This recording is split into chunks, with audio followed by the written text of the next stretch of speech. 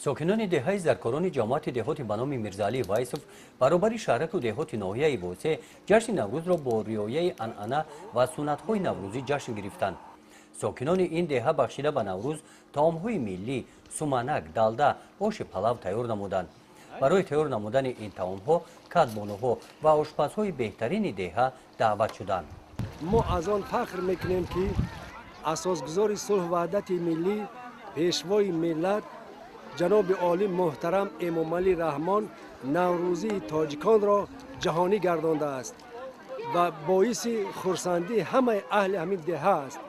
از آن جمله در دهه ما نیز امروز نوروزی گذرانده ایستاده است. ما در آینده کوشش میکنیم که همین اقدام را دوام دهیم و بهر خرسندی اهل دهه ناحیه و تمام جوهری کوشش خود را به خرج دهیم. در جشن نوروز دختران دهه زرکاران با طعام‌های ملی هفسین و هفشین دسترخوان نوروزی آراستند. این کودکان گرد دسترخوان جمع آمده در وصف نوروز شعر گفته با هم خرسندی میکردند. این سوزنی و چادرهای گلدوزی محصول مهنت دستی زنان و دختران دهه زرکاران میباشند. در دهه زرکاران هنرمندی روش یافته نورسان و جوانان به این هنر جلب کرده شدند.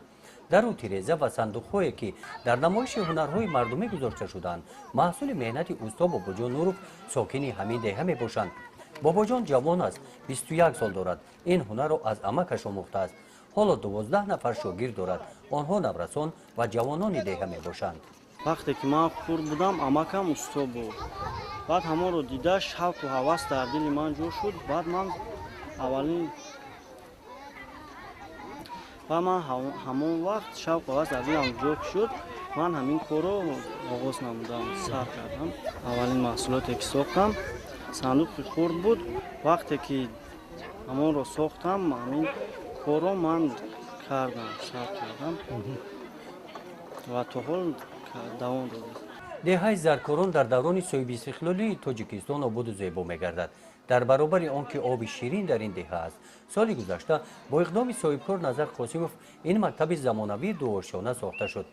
صاحبکاران من بعد هم در آبادی محل سهم می‌گذارند.